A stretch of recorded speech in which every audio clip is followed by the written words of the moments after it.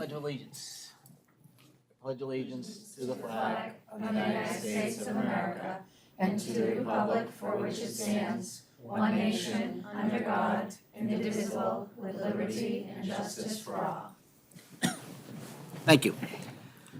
This meeting is being live streamed by Chelmsford Telemedia and posted to the CPS website for interested community members to access and watch. In-person public participation will be taking place tonight in accordance with the Chelmsford School Committee Public Participation Policy. Anyone speaking tonight during the public input portion of this meeting has notified the superintendent's office of their desire to speak and is provided with these guidelines. Upon request, written comments received no later than 12 p.m. of the day of the meeting will also be read and made part of the record of the meeting during the second public comment session. So welcome to this meeting of the Chelmsford School Committee. Our first order of business is to approve minutes from our meetings on September 10th and September 17th. Okay, I move to approve the minutes from the September 10th meeting. I'll second. Okay. All right, any corrections on those meetings minutes? Okay, all in favor? Aye. 4-0. I'd like to move to approve the minutes from the September 17th meeting.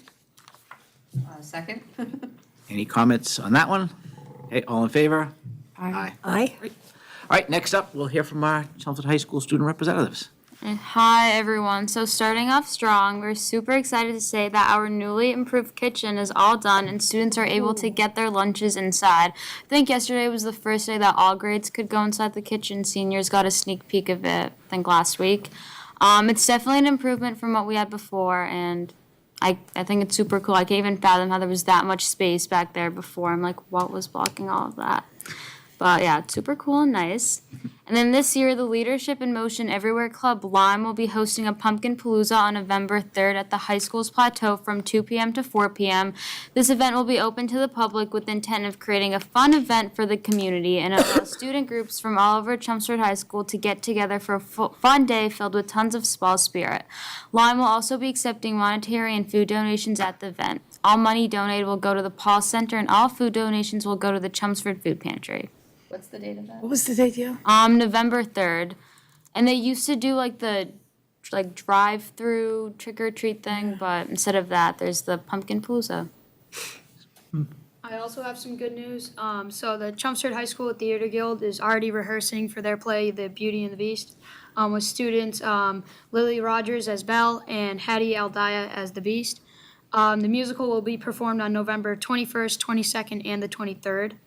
Along with that, the unified basketball team had their first game of the season yesterday at the high school. You know, they gave it their all. Sadly, they couldn't pull away the victory. Billerica was a very tough team. But on the other note, the boys varsity cross country team had a great showing at the Ocean State Invitational meet on Saturday. The team finished second overall, and runners Xavier May getting third place and Marco Lombardo finished 11th. Wow. Thank you both very much. Any other good news to share? So I'm saving a piece of my good news for the presentation, but we had a very nice session. Susan did a great job working with our students from McCarthy Middle School to gather their feedback for the town strategic plan. So it was very nice to have the kids here. They were amazing. Some of the topics that they had were not just school related; they were really town related as well. So they had a good background of what was happening and how the town would like to move forward. And like I said, Susan was like seamless with them. Thank you, Susan. Good time. And we had breakfast candy. We did have breakfast candy. And that was my good news, too. I just want to tell you, the future is bright. These eighth graders, it was their school leadership team, came over with Dr. Parks. And they were so insightful and mature. Eighth graders, I was concerned that maybe they wouldn't be that interested, but they were so interested that on their feedback forms, many of them indicated that they wish we'd spent even more time discussing in depth the topics that were presented to them. I was really impressed. As I said, the future is bright. That's wonderful. Anybody else have anything to add? Okay, all right, moving on then. I don't see anybody here for public comment. We had no registered to speak tonight. So we can move on to new business. Sure. First on the docket tonight is, at the last meeting, we presented some draft goals for the superintendent and the school committee, and we received some feedback at the meeting and then some follow-up feedback. Chairman King was nice enough to put it all together from the different members. So we've incorporated that feedback into the superintendent and school committee goals. So they're before you this evening in kind of a final format. I removed the red highlights but the content didn't change. So just looking for the committee's desire on these. Yeah. I tried to capture what people were saying at the last meeting, so hopefully I did. So we'll start with the superintendent goals. Any further comments or other things that you would like to see in the superintendent's goals? I appreciate the incorporation of our comments from the last meeting and don't have any additional ones. Okay, Me too. I agree. Appreciate it. Thank you. no problem. All right, so why don't we have a motion to approve those first? I move to approve the school committee goals for the 20. Superintendent's goals, we'll go to the superintendent first. Oh, I'm sorry. I did it backwards now. Oh, you want to do the Yeah, superintendent do first? because it came up first, the Perfect. thing, yeah. I'm sorry, That was my Dennis. mistake. I motion to approve the superintendent goals for the 24 to 25 school year as presented. I will second. Okay. All in favor? Aye. 4-0. Okay. Okay, moving on to our goals. Again, I try to put in something about working with the staff in terms of negotiating a new contract and also to kind of keep the building project foremost in everybody's mind. So those were the two additions there. Anything else we want to add to our goals? I think this is good.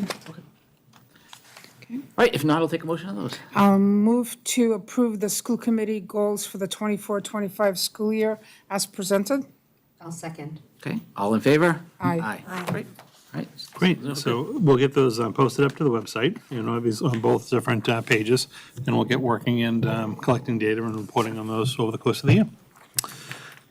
Second up tonight, we received our MCAS results last week from the Department of Education, and Dr. Hirsch has put together an accountability and an MCAS presentation for us, so she's going to walk us through it. So I'll turn it over to you. Thank you. So yes, tonight I'm just going to go through this presentation. I broke it up into a few sections to try and make it manageable because there's a lot of information on there, which will include obviously a review of the overall accountability, our performance data, our student growth percentile data, and I did pull out the special education as a subgroup because that has been a focus of the district. I know that you probably have seen the news out there. It didn't paint a great picture of MCAS overall for the state. They said there was a lot of declines when we met with the department prior to the release of the MCAS. They had noticed a decline in a lot of the areas, including math and ELA, some dips in the science based on the grade level. The good news for us is that we didn't see the big dips that they were talking about. We are seeing some of those dips maybe at the school levels, specific school levels, and at specific grade levels. But overall, as a district, we didn't get the news that was happening at the state level. So we're a little bit pleased for that. We're a little bit still stagnant, but overall, it's nice to see that we didn't go backwards the way that the state was representing on the news. So first off, I just wanted to talk a little bit about the accountability system. So it's a little complicated. It has two components to it. One's normative and one is a criterion reference piece to it. And this is how they classify how the schools are doing and if they're in any need of assistance. So this is what the state uses. Important to note here is this is how they've been looking at the accountability. So obviously with COVID for 2020 and 2021, and including 2022 for criterion reference, they didn't have enough data, so they were not giving us any accountability data. So last year was the first year we came back for both percentile and both for criterion reference accountability data. And here we are in 2024 with the third year for our percentile and the second year for our criterion reference data. And that will be important to note when we go into some of the slides, especially when I get to, I think, slide 11. I just want to reference back to that we've had the 3 years of data and the 2 years of data for the criterion reference. So percentiles, I'm just going to start with this. It's a normative indicator, right? And it's from 1 to 99, and this lets us know how the school, so there's district and school level, but school level lets us know how those schools stand compared to other schools that are like them. So what their grade spans look like, how they performed, and then they divide it into different groups, the state does. So there's a K through 8 grouping. There's a K through 8 and a 9 through 12. That would be Chelmsford. Those are the schools that we service. And then 9 through 12 only. So when they go into this whole part for percentile, they compare us to like school districts for our schools. So overall, these are the percentile ratings for our schools for this year. This is what we received. And what you'll notice is the best way to do this is I try to put it in a sentence. So if we just take Chelmsford High School alone, you would say that Chelmsford High School's proficiency performance, so their proficiency, meaning exceeds, meets, partially meeting, not meeting. So Chelmsford High School's proficiency performance scored higher than 83% of the other schools in the state who have the same makeup as that school. So all high schools that have a 9 through 12 span. So it doesn't mean we only had 83% of students performing. It means that we scored higher than 83% of the other Massachusetts schools. I always think of percentiles, like I think of when I brought my kids to the doctors all the time, they'd be like, oh, they're in the 90th percentile for weight, for height. I'm like, oh, okay, so they're big. So you want to be higher, which, 50 is in the middle, but you'd like to be higher, so 83% is excellent. So if you look across, that is the percentile on how our schools performed compared to like schools. Okay. Our next lesson in mathematics tonight is criterion reference. So this is how we are doing as a school compared to the targets that were set for us by DESE. So DESE takes all of our data over the years, and they designate specific targets on where they'd like us to be for proficiency and for growth. And what they do is they take all of this information and then they assign us a criterion reference on how we have been progressing. So there's multiple criteria. So for your 3 through 8, they all have ELA average scale score, math average scale score, and science. Both the high school and the 3 through 8 students have growth, student growth. 3 through 8 only has EL proficiency. And then all the schools, both 3 through 8 and the high school, have chronic absenteeism that we're rated on. And then the high school has 2 additional indicators, and that is high school completion and advanced coursework completion, which then gives us a designation of how we're working towards meeting our targets.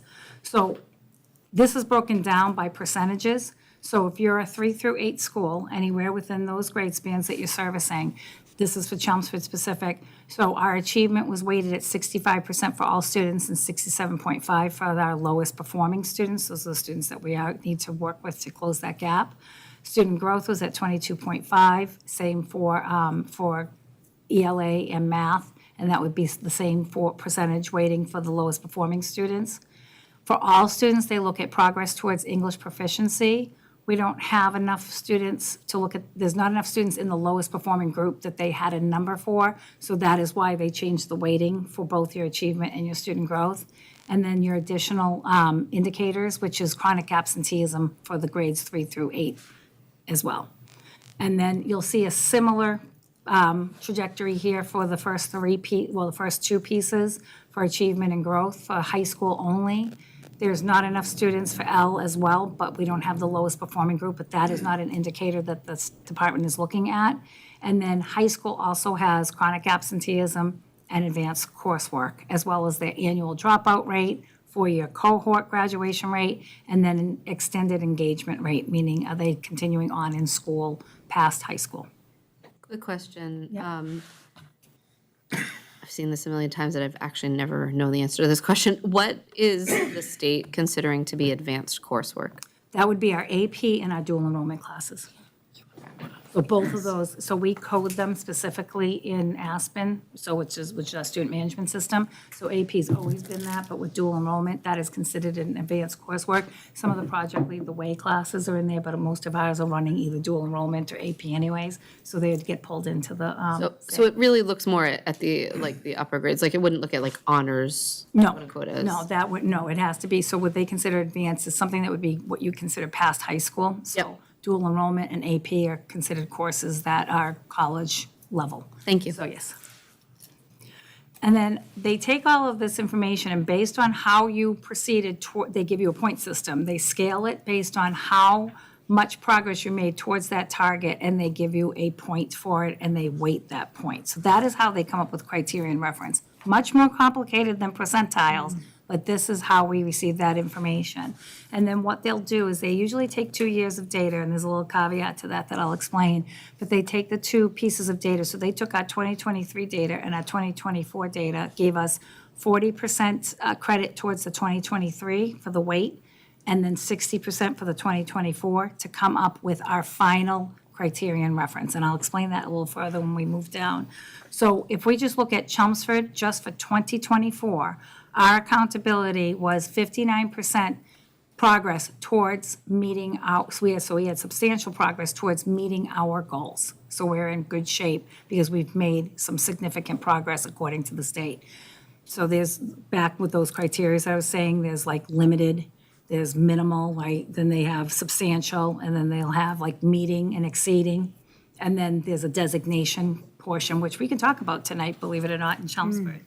So when you just look at Chelmsford alone for 2024, this is what, from the State Department, you might say, oh, well, wait a minute, we made 62% progress towards meeting our targets. How did it turn to 59? It's because of that weighting. They saw what we did in 2023, what we did in 2024, and they gave 40% to 2023, which was 55% last year.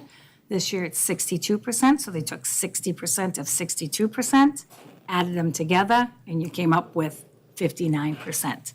A lot of math, lots of math behind this. And then those are those point systems that you see, how we were assigned those points. That's how they came up with it. So that's the tutorial on how we received our overall accountability as a district. In general, just proficiency levels, the scale for MCAS is a 440 up to a 560. This is how for grades 3 through 8 in ELA and math, students receive proficiency, just how they did on end of year standards, and in our science 5 through 8. High school's a little different. So there's been a change, and this was from the Board of Education. So prior to the class of 2026, so that is your current juniors, they took the MCAS when they were sophomores last year. There was, for the previous classes, there was that modified competency determination. I know I talked extensively about it last year and the year before, where the Department of Education made a change in how students were meeting the MCAS. So what they had done is, and it was very confusing, which I can understand why, some students that were still in that not meeting expectations still passed the MCAS. These were the COVID kids. So they made an adjustment to this actual scale. So those students, even though they didn't meet expectations, they still passed the MCAS because they went on an educational proficiency plan. That's over. Those kids have now graduated. The class of 2026, right, which is your juniors right now, are required to meet the higher educational proficiency plan and competency determination for their graduation. And they did a nice job this year, so we're in very good shape in general. So these are higher standards, but it's because they went back to the way they break up their proficiency standards. There's no more anybody not meeting expectations and passing MCAS, because that just is counterintuitive. And that was adopted by the Board of Education in August of 2022. You may have heard of it on the news. So that's like tutorial, that I have for what is happening with accountability and how students are rated. So now let's just kind of get into the meat of what our actual performance results were. So this is the district overview. So this is all the grade levels for ELA in total. And what you'll notice is that 57% of our students are meeting or exceeding the standards. Remember that partially meeting is still passing MCAS, but the way that the state provides us with the information is meeting and exceeding. So even though you see 57%, many more of our students, if we were to take the upper half of partially meeting, would be passing MCAS technically in the state's eyes. So it's a 1% increase since last year, and our average scale score is a 505, which is 505, and that is, so 500 is meeting standards. So our average for most students is meeting expectations, and for our end of the year standards. The average SGP, which is student growth percentile, is a 53.4, 50 being 1 year's growth. So you're seeing at least the 1-year growth overall for the district. And what you see on the right-hand side is just shows you where the schools lie in general based on their SGP and their performance together. So just to give you an idea of, okay, most of our schools seem to be in that 500 area. SGP is closer, definitely over 50 and higher, depending on the school. So this is a nice visual to say, how are we doing overall in ELA? Same thing for mathematics. We have 57% of our students meeting or exceeding the standards. Interestingly enough, 505 for the average scale score.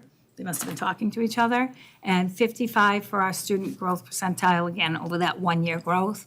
And it gives you an idea of where the schools lie based on those two factors. And then you'll see year over year, starting with the 2019 MCAS to where we are now, to see if the schools are going up, down, staying the same. So good visual that we have in order to show this information for people, especially if they haven't had a chance to see it. Looks different than the accountability page. And then science, you're noticing the same thing. They're at 61% meeting and exceeding standards, so they went up significantly by, actually, I take it back, they went by 2%. They're 17% higher than the state. So that bottom graph in the left-hand side, that bottom dotted line, that's the state, so compared to Chelmsford. There is no SGP for science because you need 2 years of data. Science is taken in grades 5, 8, and 10, so they'll never have a student growth percentile. Everybody with me so far? Trying to go slow, but moving along as well.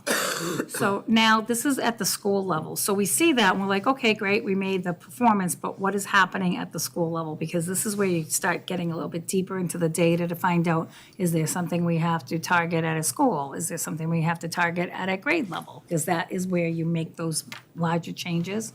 So overall for our schools, you can see obviously Chelmsford High School made the biggest jump. They'll give you the state median in the middle, that's that little black line, it's kind of hard to see. But this gives you year over year information on what is happening with our schools in ELA. So we're back to ELA. So I'm going to be transitioning from ELA math science just to kind of stay in that same pattern. So you'll see where some of those dips are. We're aware of them. We're going over data meetings with the schools right now, and we're trying to figure out what else we need to target.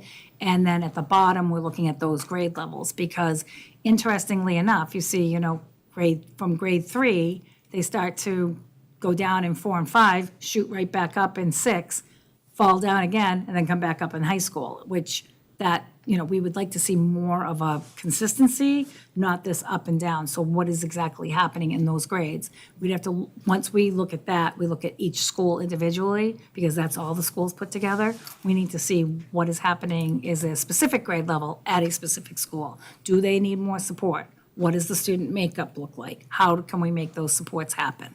So this is the work that we do at the school level. This is just the overview of what's happening with our district and within our schools. Now, this is school-wide, so it's not looking at a specific grade. In other words, at some point at the school level, I imagine they're going to disaggregate this to see is it Yes. 3rd or 4th grade, that things went up or down, and Yes, so this is one of the dashboards that we use, and within this dashboard, you can drill down and put in more filters. So like at the school level, the principal's only looking at their school, right? And they'll go to their school, look at their grades, look at their, student makeup and see what those pieces are. This is overall, you're seeing like grade 3, that's all grade 3. That's that's 4 schools put together. You can see how each school performed on the left-hand side, but when we look at the grade levels, we would be digging into that. And then the teachers actually receive a report on how their students did. So you can drill it right down to, you have district, you have school, you can do grade, you can do teacher, you can do student. So we look and see what's happening with those students, what's happening with that grade level, and then a teacher receives a report on how their students performed in MCAS. part of the reason I'm asking is because I know, obviously, comparing year over year, you're actually comparing different students, at least in some of the grades.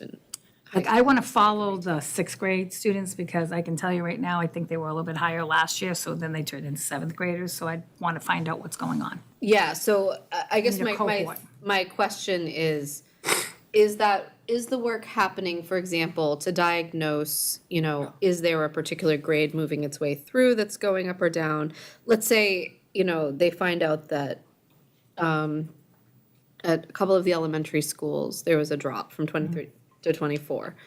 Can they look and say, oh, is it that the fourth graders did worse than they did in third grade? Or is it that this year's third graders Right. had a decline as compared to last year's? Like, they're going to do that work at the Right, school we do. level. We follow cohorts, and that actually was something that came up when we were doing our strategic planning, because we had had a group that consistently performed lower than any other group, and we followed them all the way through, so it wasn't a surprise when they got to eighth grade, what we were seeing for their scores.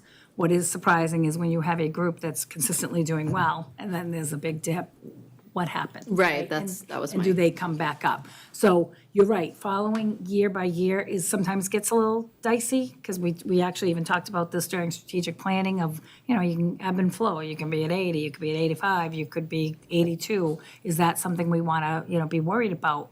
But it's different students. I want to see how each student's doing and following that cohort. Because that's important to find out, because you would want to not find out that every year the kids are doing fine, but then when they get to a certain place, they don't consistently, every cohort. That's problematic.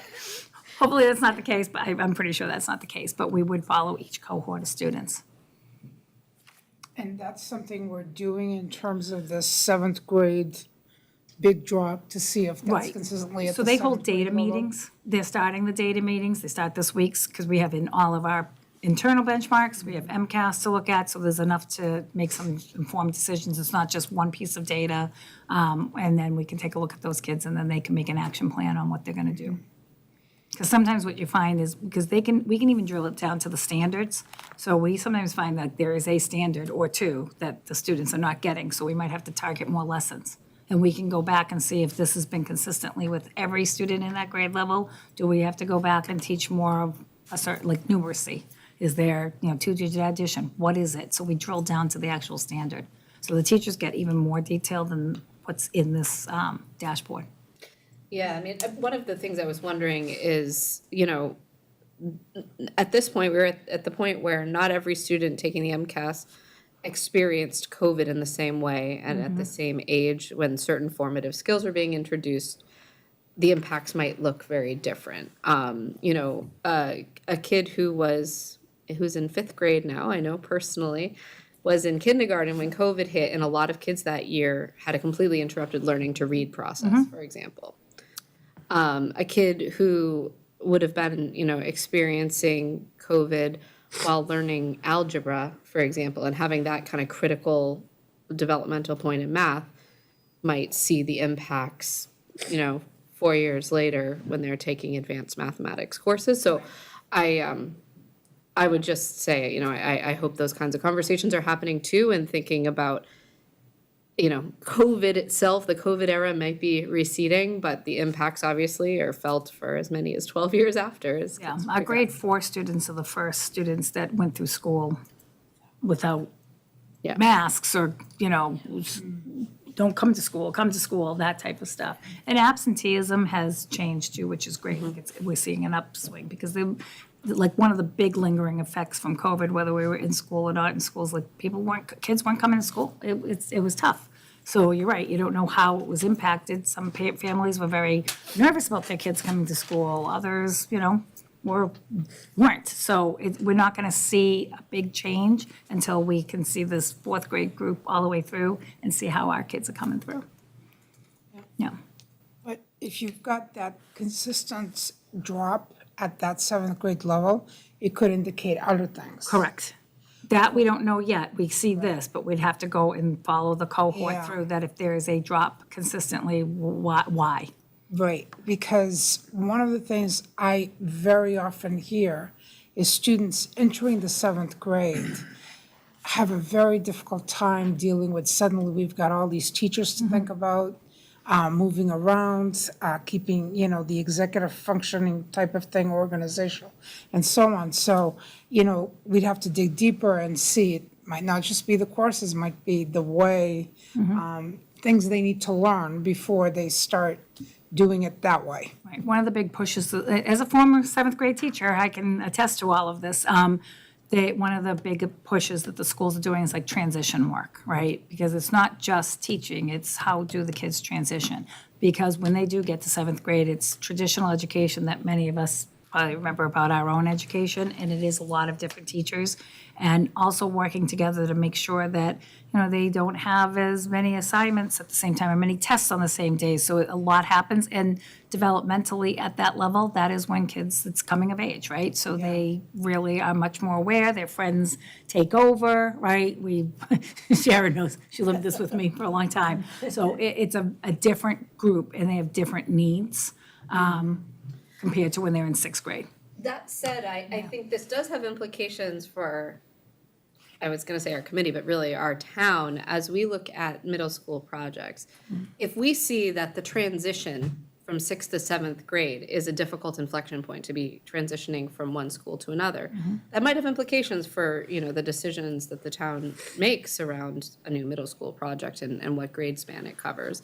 If we wind up finding that no matter when that transition happens, there might be a dip, then, but it recovers within a year, after students have made the adjustment, then that might have less of an implication. So I think getting that analysis information to our committee over the next, couple of years will be kind of a critical thing as we kind of weigh where we want to sort of where the- see that go. Where the breaks are in the grades. Yeah. But I think we have to remember that to really judge what's going on, we have to see what last year's 6th graders performed, and then This look might be and see where if there's- that's similar to the 7th grade, and that's when we know if it's the cohort or if it's something that happens in the grade. And we need more years of data as well. I'm just saying, like, No, it's just kind of a keeping tabs on that would be important. Yeah, because it's interesting, because if that is a reason, then they make it up a bit in the 8th grade, and then they make it a lot more in the high school because they're used to it. So it's 2 years could later in very high well school. be. Yeah, it could just be a blip that's no matter where you put it, there's going to be a blip at that transition. But we might need to come up with a different course at the beginning of it to say, this is what you have to do, organize yourself, do this, do that. The executive Help them function more is with huge. those skills, you know? Okay, and then moving on, same, you're getting the same information, but just for each of the different subject areas. Interestingly enough, that dip is there again in 7th grade for mathematics. So, you could make a hypothesis as, like, that's how the grade performed last year, but we won't know until we actually pull out that data. But the recovery isn't as rapid in Isn't as 8th high, grade. yep. And then math being more concrete sequential, where at least with ELA, there's that, iteration over and over again of the 4 main strands that we have. Math becomes different, and then we also have, we move them into an honors placement when they get to 7th grade, so there's a change. And certain schools experience, like if you look at the elementary level, there's some pretty vast differences between performance change in ELA versus math. Like if you look at Byam, they had a slight dip in ELA performance from 23 to 24 and a dramatic improvement in math. I noticed that in math. And then what's interesting is one of our schools that consistently performs well had a little bit of a dip, so that was interesting to me. Surprised I haven't got that phone call yet. It's coming. So, and then science, you're seeing the same thing. They actually had an improved performance by the time they got into grade 10, which is not a surprise. The state had said that they saw improvement in grade 5 and 10 and not as much in grade 8 overall. So we kind of stayed the same. We didn't go backwards in the science piece.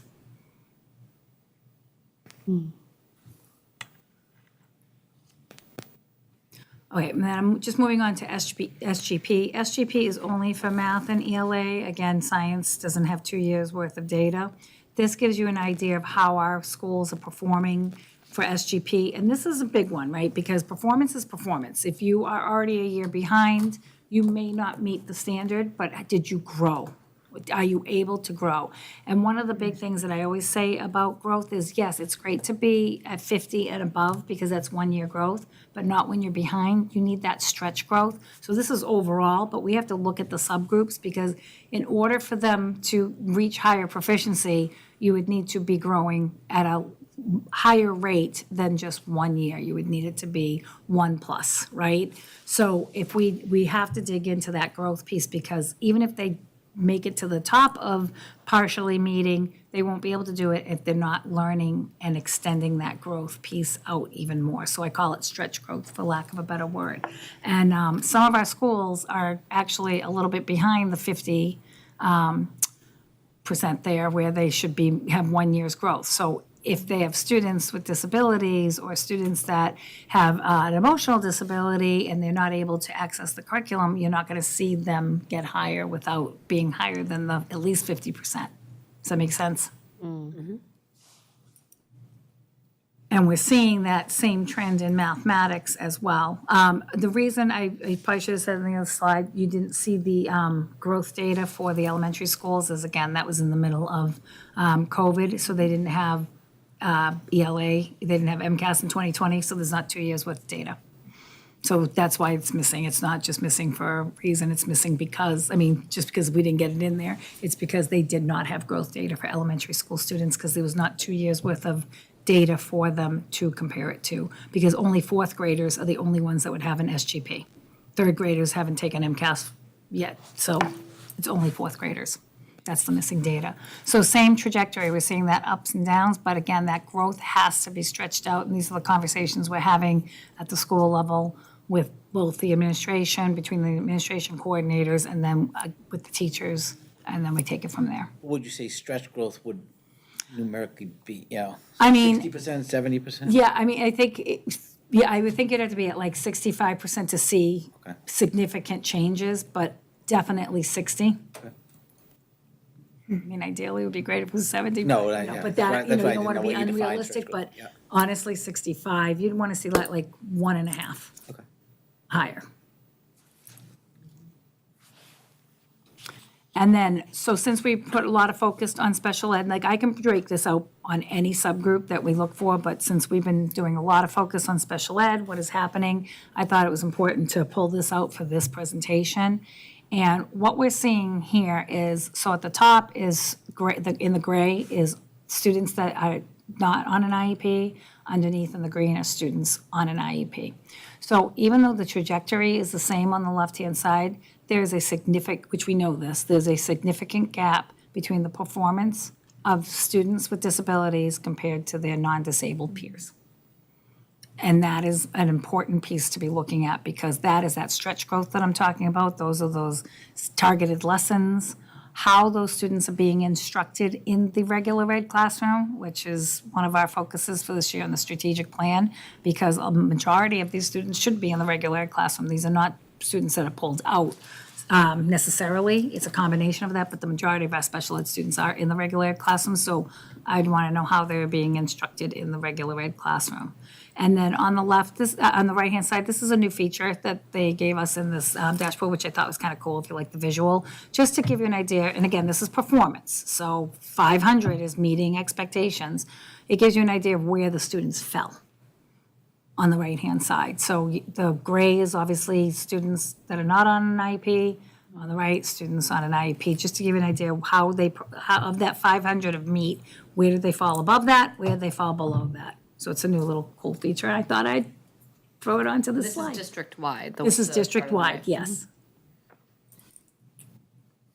And then same for math, we're seeing that same dip in the same areas, but that gap is wide. And then it gives us an idea of which schools have the larger or the wider gap, and then how our students actually fall between proficiency of that 500, above and below.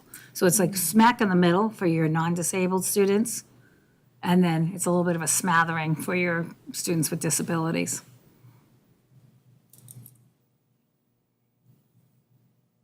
And this is what it looks like for our science students. So the gap is there, whether it's math, ELA, or science, so it's not just a content-specific gap. It is across the board that the students are performing below their non-disabled peers. And then since I wanted to stay in the same vein of everything, I decided to pull their SGP as well, because that's important.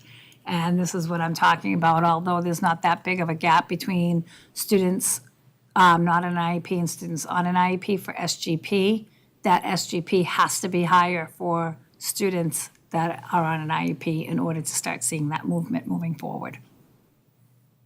And there's a pretty big difference from school to school in terms of how wide the achievement gap is here. Correct. We're starting to really see that big achievement gap when it gets to definitely the middle schools. And then special ed for math for SGP, bless you, same thing. Although what's interesting is look at some of the schools, like they have even a smaller gap for their math. So that would indicate to me like, okay, well, we have to look at the LA then, for that specific school. So these are the conversations that happen because each school obviously brings in a different cohort of students based on the neighborhood schools. And some of them are Title I schools, some of them are not, and that's where we put our resources. And then in good news though, and I know you've all seen this already, but I had to put my fireworks. Chelmsford High School this is the first time ever in at least my tenure, that they're a school of recognition, which means that they have been demonstrating consistent progress towards accountability targets. And there actually been a lot of focus on their students that are in the lowest performing student group. So congratulations, Chelmsford High, first time. I had to have some fireworks, you know. I thought you guys were going to steal my thunder tonight. I didn't have a lot of good news. No, so I stole. I purposely kept it out. I was like, I might not take that. So I stole one of the committee members' good news. I mean, this is how this works. no, I'm always like searching for stuff. I'm like, what happened? What You happened? live my life. Yeah, we should all get together and talk about it. And then, of course, I have questions, but we can ask questions as we go through. Any questions? So to put that in perspective, that achievement, about how many high schools get this? Well, when I saw the list, I'm estimating right now, I think it's a small amount. I think there was only like maybe 10 on that list that I saw, because there's blue ribbon schools and then there's schools of res. It was a dozen. Yeah, maybe a dozen. 10 to a dozen, something. It's a big deal. It was a small They're number. all in perspective I here. forgot to tell the superintendent about it. I had seen it in the drop, I'm like, and all of a sudden, I'm like, oh, I forgot to tell you I this. came across it He myself. got the email from the state. I'm like, oh, yeah, I forgot to tell you that. But we're a little busy those days. That's wonderful. You had a question? That is- I was gonna say, I think it's 57 schools that earned the School of Distinction honor across the state, but that wasn't limited to just high schools. Oh, I'm only looking at high schools. Sorry. That's good. No, All right, any other questions people have on? that wasn't. I do actually have one question. It's only tangentially related. When can families expect to hear about their individual children's results? So they were delivered yesterday. They were sorted here by Kathy Mercier, who does an amazing job because she has to move the kids to the next grade level. They were just shipped to the schools. They're putting them in the envelopes. I designated Friday to be the mail-out date. So by Monday, or how fast your mail goes, Monday they should be receiving their individual parent reports. Thank you for reminding me about that because I wanted to say that tonight. Anything else? I just like to thank Superintendent Hirsch for actually understanding all this and trying to explain it. It's just, I do. there's so many numbers and so many, Right. you know. It is. It's a lot. GPs and DNAs and all those other things, so Yeah. glad you understand it all. I'm glad I understand it, right? This is my life. Yeah. Spend a lot of time with the department on the phone. All right, Great, well, thank you. No, we'll appreciate that, and obviously, we just got this data last week, so this is when we really start to break it down with the schools. We'll be able to do some further work on that throughout the course of the year.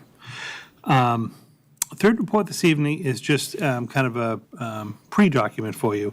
So I put a memo in your packet pertaining to capital planning and prioritization, because that is going to begin soon. But I wanted to make sure you knew there was no action you needed to take tonight as you were reviewing the packet.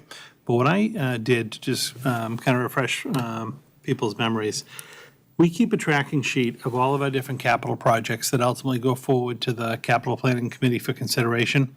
And at the very top of the worksheet, you'll see projects that were deferred in previous years. They always kind of bubble back up to the top. And then in fiscal '26, we obviously have a column that's with the black lettering. Those are all the projects that were going to be considered for this year. So what we're doing is going through the process of verifying those projects that were deferred to see where we may want to stack them up for consideration this year. You'll notice several of them are Parker-related, and we kind of consciously made the decision last year to defer the Parker projects because we were getting into the feasibility study, eligibility, and then ultimately the feasibility study. And if we're going to be doing a new school building project involving Parker, it may not make sense to be putting in a new roof, a new elevator, things along those lines. So that's why a lot of the Parker things were deferred, and they likely will stay in a deferred mode until we exactly figure out what's happening with the school building. But down below, after you hit the Parker one with regard to the air handling and all the verbiage is the black, a lot of the stuff is kind of HVAC related, plumbing related. So we're actually working with DPW to go through each of these items because there may be some redundancy here between what the town was already able to fund with the ARPA funds. They had ARPA funding that took care of some HVAC projects. So we want to make sure we go through and actually, if anything has been done, we code it as being done, and we know what we're truly working with. And then at the next meeting, we'll bring forward a package, because a lot of this stuff is smaller. Capital projects typically have a value of at least $50,000 per project, but some of this HVAC work within the school, we have it coded as individual lines, but it might be grouped together as a package within a building, or even like a particular trade or project that's going to cover multiple buildings. So we will do that, and then at the next meeting, come back to you with an initial list. Again, for that night, it'll be more to just kind of talk through the individual projects. And then likely at the first meeting in November is when we go through and actually prioritize. So the school committee will say, all right, in order of 1 to 10, we want to make these recommendations to the capital committee, because the capital committee will typically meet on school department projects right after Thanksgiving. So it runs between Thanksgiving and early December. But just at least for the time being, wanted you to kind of get a look at this. We accomplished quite a bit last year with both town funding as well as our own one-time funding, went to fund a lot of capital projects. Like there's one on there with regard to the art classrooms at the high school. We were able to actually jumpstart that and do a lot of the renovation of the physical So you're space. going to make that adjustment for the next Yep, list? so 'Cause we'll I know we did some of that, yeah. Yeah, so a lot of the physical stuff was already done, but what we'll have to do, there was an element also of replacing the technology in the two kind of drawing labs, so that still needs to be done. So that 475 will likely come down because we've already funded something, but that's what you'll receive at the next meeting. We'll talk through all the projects, and then, again, we'll just start going through this process of prioritizing. And similarly, the McCarthy tennis court thing, is that going to go? to a Potentially, town? so it's on the town meeting warrant for the end of October. So if that obviously got approved, it would come off this list. Paul was recommending trying to fund that with one-time, free cash at Which the end McCarthy of last project year. is that? The tennis courts, Okay, Yeah, the outdoor I space. see it. yeah. The other question I had on this list is, does this include the entrances at the various schools? No, that's going to be an add-on. Okay, So this was just the list as it appears now. But we were using the McCarthy, kind of the security area as kind of a mock-up.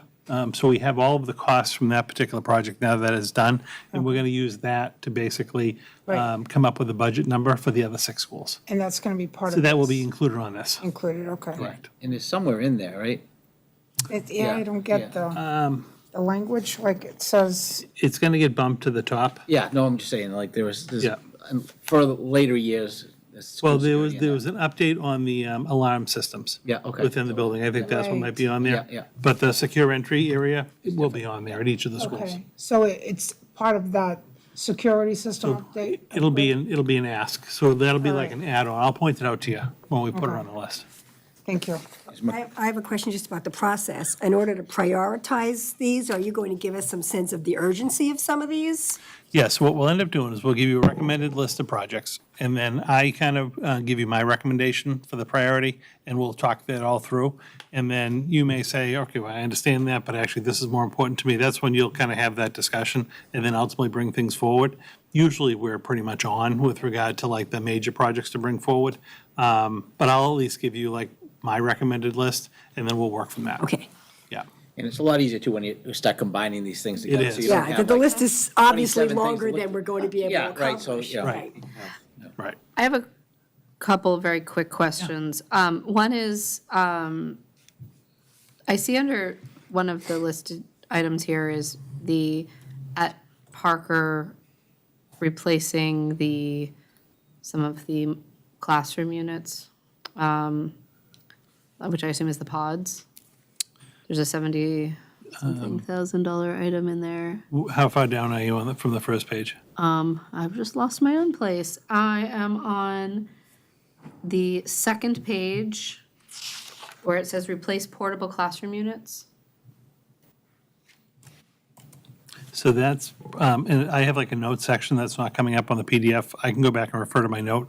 I'm gonna guess what that is the, each of the modular classrooms has a separate air handling unit that does the heat and the AC. The town actually was able to fund those, and those were purchased and installed at the end of the summer, going into the That fall. was what I was asking. I was like, because $75,000 seems too low to replace the pod. Your closet. Which No, not the pods. It was the air handling unit. the air, on- it doesn't specify that here, so I It says wasn't, units, that's why so I was that's why she asking. said it. Okay. Right. Yeah. But, yes, I mean, that's the kind of detail I can provide for you. But like, that's a good example of a project that the town actually was able to accomplish with ARPA. So that would come off. So Got it. we'll make those kind of notes for you as well. Okay. Lastly, do you happen to know what the situation is with, there's several schools that it says the clock system is obsolete? We don't talk about the clock. Sorry. If you've worked in them, you know. Okay, I haven't, so I didn't. It's the vein of some people's existence. So the clocks in the building, again, most of them are original to the building. So they go back to the 50s and 60s. The control system also goes back to the 50s and 60s. So there are a There's lot been of a them lot of are off. patchwork. They're off. Yeah. So a clock might be off by a few minutes. The bell rings, but it's 5 minutes early, it's 5 minutes late. You go to fix it, daylight savings. Some have to manually go around and change them. So basically what Bill and Technology has been trying to do is like come up with a new automated system Got it. that actually has the intercom, the clock, and everything all integrated, and then can be controlled centrally. So there's a desire to move forward with the schools and do that. Oh, yeah, no, that's good to know. I had no idea that was that old. Some actually have just gone to like standalone, individually battery-operated clocks. Yeah. And to be honest with you, some people like that better because at least it's consistent. But then someone has to manually go around and change the batteries and Yeah. set them according to the time. So it's a project. It's going back a few years, but I actually cut out a giant construction paper smiley face, and I hung it up on top of the clock to cover it up because it was so wrong. Yeah. That's the clock issue. But again, we're starting earlier than usual, but I just wanted to kind of get this to you, just to get you thinking about it, because it is gonna, I can't believe it's already October, but it is gonna start to move pretty quickly. We have town meeting in a couple of weeks, and then we're gonna be getting into capital. We meet beginning of December? The capital planning committee meeting? Yeah, usually it starts towards the end of November, early December. Yeah. The school's usually one of the last ones to go, so we're usually a December date. More to come, but again, just as a preview. Then MASC resolutions. So 2 meetings ago, we did provide the list of resolutions. They haven't changed. So we do have the fall meeting coming up the first week of November. We need to designate a delegate to be the voting member for the committee, and then go through each of the resolutions and decide if the committee wants to support or not support, to give the delegates some reference. So why don't we start with the delegate, just so whoever's going to be doing this kind of has an idea where the committee stands on it. So anybody going to be there Friday that wouldn't mind being the delegate? Oh, Diana. Maybe. Okay. Yeah. No, I can take on the role of delegate as long as I'm given some support and figuring out where to go and where to be. Yeah, so, I make a motion to appoint Diana as the MASC delegate. Second. okay, all in favor? Aye. I I, don't know if I vote on this. I guess I'll abstain. yeah. Is anybody else going to be down there in case? Yeah. Just in case? I mean, Friday? I wasn't planning to, but if I have to, I can. So could you be the alternate? Sure. Just in case. Susan? We'll take a motion. on it. Sure, I I could make do a that. motion to appoint Susan as the alternate MASC delegate. Second. All in favor? Aye. Great. I'll do it next year. Yeah. And so we can talk too before the thing about what goes on there and the whole. Ooh, I have a it's, date. I actually find it incredibly entertaining, but I'll do it. I might well as well. It's an interesting mind doing it. event, for sure. I may not want to do it every year, but I'll do it As I this year. said, it's like town meeting on steroids. Yeah. Yeah. it's- And nobody knows each other. Yeah, right, that's right. Okay, so now I'm gonna go through the resolutions. I'll just give the, therefore be it resolves. And then, if anybody has questions or anything that, any of us can answer, or the superintendent can answer, then we can do that, and then we can take a vote on whether we support it or not, okay? So the first resolution is development of an alternative to the high-stakes MCAS test. So what they're saying is, therefore be it resolved, MASC urges the state of Massachusetts to develop a wider, more consensus building strategy for an evaluation system with meaningful input from legitimate stakeholders. It urges the state legislature to launch a comprehensive evaluation and best extent of biases pertaining to MCAS testing and make these results public. Urges Massachusetts to enact a moratorium on MCAS testing effective immediately, and urges Massachusetts to develop an alternative to the high-stakes MCAS test. So that's what they want to do. Any questions before we? Just a statement, 3 days before, or actually 1 day before this conference, this is going to ballot. Yeah. Or at least a very related, there's a ballot issue for the state to vote on whether to remove the MCAS as a graduation requirement. Yeah. So part of me is like, is this even going to be relevant come Friday of that week? I don't know. And I think this is taking it to the extreme and saying, we want to get rid of it. You know, they're saying to eliminate, put a moratorium on versus the ballot question is just a Graduation graduation requirement. And if we talk to the superintendent, like, if we get rid of it totally, then there's no accountability, which has now become, federal funding becomes in jeopardy. I don't know if you. Right. Well, I believe that it's asking for a development of an alternative. Yep, but they also want to do a moratorium and a moratorium. effective immediately. I would be fine with all the other clauses, but to enact a moratorium on MCAS testing effective immediately as a whole, I don't support Right. that. That would break the whole system. Right. Yeah, Now, And again, these things don't really go. we can support part of it and pull part of it out and ask somebody to put Argue that. an addendum on, or what do you call it, Amendment? amendment on, we've done that, or we could just vote against it or for it, one way or the other. They would just vote. I would be in favor of an amended version, but All right, okay. so would be everybody in favor of amended version with everything, not including the moratorium? Is that, Not including the. I'm not even sure that I would urge. I don't support it. I mean, why don't you just let us Track. vote? I mean, yeah, everything. I agree, but I'm not sure I vote no. even urge Massachusetts to develop an alternative yet. I do think the other parts were to launch a true. comprehensive evaluation. I'm comfortable with that. But I'm not sure that I urge. it might be essential in some ways to consider an alternative option, because if it's removed as a graduation requirement,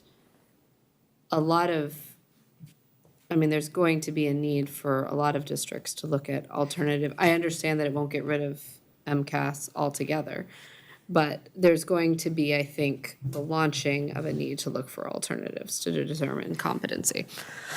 I'm just wondering if it's even worth making a presentation on changing the resolution, because I think so much is going to depend on what does happen with the vote that's coming up. And then there's just too much built into this, really, because it's not just, we looked tonight, we spent over an hour looking at MCAS. We do so much in the schools for us preparing our students to take this test and so on. I think a lot needs to happen between whatever happens in the ballot and what's going to happen in making changes to MCAS or replacing it or doing whatever is needed. so why don't we do this? If there are people that would like to do an amended version, make a motion, and we can vote to whether we want to do that, and if not. I'm comfortable not making an amended motion, Okay. because I probably would be the only one on that So side. let's just vote on the resolution as is. Okay. So I make a motion to You can say approve, and then we can say what it is. approve the resolution number 1, development of an alternative to the high-stakes MCAS test. Second, okay. All those in favor of approving the motion? All those opposed to approving the motion? Opposed. Aye. So you're one for, 4 against. Okay. So Diana voted to approve the resolution as is, and then 4 votes against. So as a committee, we're Okay. voting against it. Yep. All right, Resolution 2 is increase in compulsory attendance. Therefore, be it resolved, the MASC recommends that Massachusetts legislature increase the compulsory attendance age from 16 to 18. I'll take any comments from our assistant superintendent on what you think of that. I was gonna ask the student reps first. Okay. Go ahead. Go to school. Yeah. Well, I mean, we don't typically have a high dropout rate, right? It's so significantly low that this wouldn't affect us. I do think it's odd that, it ends at 16, even if, like for our homeschool students, we don't take their homeschool pieces, so it wouldn't hurt to move it to that point, but when they're 18, they're an adult, so if anything, 17 would make sense. When they're 18, they're adults, so they can make a decision if they're coming to school or not without their parents. so with the 16, is it when they turn 16, they can drop out? So now When when they they turn turn 18, 16. they can drop out? No, they have to be, when they turn 17. Okay. Right, they could drop out. The day they turn 17 is the day that they could So actually. they have to go drop through, out. go to school through The age 16-year-olds. They have to go through 18. This would mean they have to go through the, If they say 18. yeah. Then it means till they're 19. That's how Yeah, okay. that's how I envision Yeah, it. that's true. So I don't know how feasible, unless I'm not understanding that, but if you're 18. That's not how I interpreted it, but that doesn't mean you're wrong. Right. So how I was do we curious tell an how it would impact like a 18-year-old? 17-year-old high school graduate, for example, because there are kids who are I still graduated when 17 17, so. when they Yeah, graduate. Summer birthdays, et cetera. Right. So that was my question, but if it actually would mean attending through age 18, that's even more. And I just think you'd be hard pressed to ask an 18-year-old Yeah, because yeah, they don't have to. And there are They- gonna be They actually students- don't have, they can sign themselves out in high school at 18. Their parents, we don't call their parents, we can't. Well, it still puts the onus on them to attend in theory if this happened. Right, but- to receive the actual degree. But yeah, it opens up a whole can of worms. Does that mean that they are required to, if they've graduated high school, does that mean they're required to go to post-secondary education until they are 19? That's- Even till 18, because there are kids who Yeah. legitimately Graduate early, yeah. graduate Before, 17, and even earlier, so or even earlier there are some sometimes. go skip grades. Yeah, I mean, honestly, what I would be in favor of would be to say until reaching the age of 18 or graduating, whichever comes sooner. Because that to me would make sense, right? Because then you're essentially saying like, We want you to have a high school. if you're over 18 and you haven't graduated high school, it's your prerogative if you're gonna decide to leave. But up until that point, you have to attend until you can graduate. That said, that's not what this resolution says, so I don't. Diana, would you like to make that motion to change the Do you want resolution? to amend it to say that, or you want to just vote on it as is? I am ambivalent. Okay, so I make a motion to approve the resolution number 2. Second. Okay, all those in sorry, a second. All those in favor of approving Resolution 2? All those opposed? Aye. Opposed. 5-0 opposed. Okay, Resolution 3, safe storage of firearms. Be it resolved, the MSC recommends all districts direct their superintendent and staff to create an appropriate communication to parents and guardians that explains the importance of secure firearm storage to protect children and teens from unauthorized access to unsecured firearms and their legal obligations consistent with Massachusetts safe storage laws. Further, be it resolved, MASC urges other communities to work with their local law enforcement agencies, health agencies, and nonprofit organizations to collaborate and increase efforts to inform district parents and guardians of their obligations regarding secure storage of firearms in their homes and vehicles. Is this the same The same one from last from year. last year? And our argument last year was that this is for law enforcement, Correct. not schools to enforce. I mean, putting out an educational pamphlet about something that ultimately impacts student safety could be argued to be in the purview of a school district. I'm not saying I necessarily support that, but I can see why it could potentially fall there. Again, and this was a group of last year's resolution that kind of went outside the, the boundaries of what school committees are supposed to be. Yeah. Handling, so I think, I won't say what we did last year for a vote, but I think we had an issue with it last year. so. I'm just questioning the effectiveness of this because essentially it's just another communication out from a school district that says, take care. If you have a firearm, store it the way it's supposed to be stored legally. what's the effect of this? Correct. You could argue the same thing about a lot of the public health notices that go out from schools, though. That's true. But they're not mandated. Right. This would mandate it, that it goes out as. Are there, that's a good question. Are there public health notifications that school districts are mandated to send out? Vaccinations, Well, maybe? vaccinate your kid, do this. That's true. Not to my knowledge. Not mandated. Yeah, I mean, the health department would share information with us, we push it out. Like if the police department had something they wanted us to push out, we would send it out for them. Right. I think this is more There's like, nothing else that is mandated as a required usually not communique. from another department, We no. put out things for like attendance, which is mandated, but, you know, we put out informational, like ways to help your kids with attendance. Okay, I make a motion to approve Resolution 3 as presented. Second. Okay, all in favor of Resolution 3? All opposed? I'm abstaining. Abstaining, okay. Or opposed, one abstaining, yep. All right, Resolution 4, School Bus Stop Armed Surveillance Act and Enforcement Penalties. Be it resolved, the Massachusetts Association of School Committees calls on the Massachusetts legislature to enact legislation to pass into law the ability for cities and towns to install on all school buses live digital video detection monitoring systems for the purpose of enforcing violations against the owner of a motor vehicle whose vehicle fails to stop for a school bus when required to do so by law. This was on last year, too.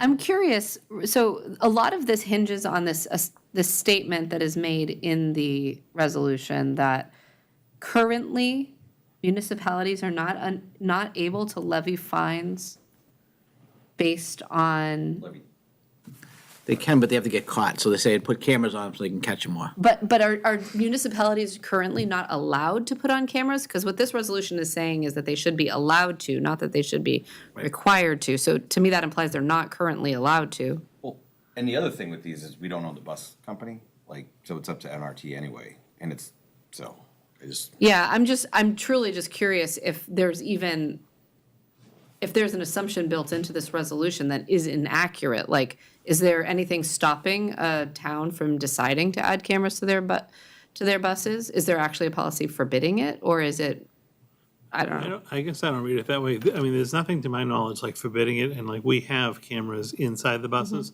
We don't have cameras typically outside the buses. My read of this was that the police couldn't, say, issue a citation just based on a video that a bus catches of a person. The police passing. cannot issue a Police citation cannot. based on video They have right to now. actually physically witness it happening. And I think what this is saying is that the video would suffice for the police to be able to issue a ticket.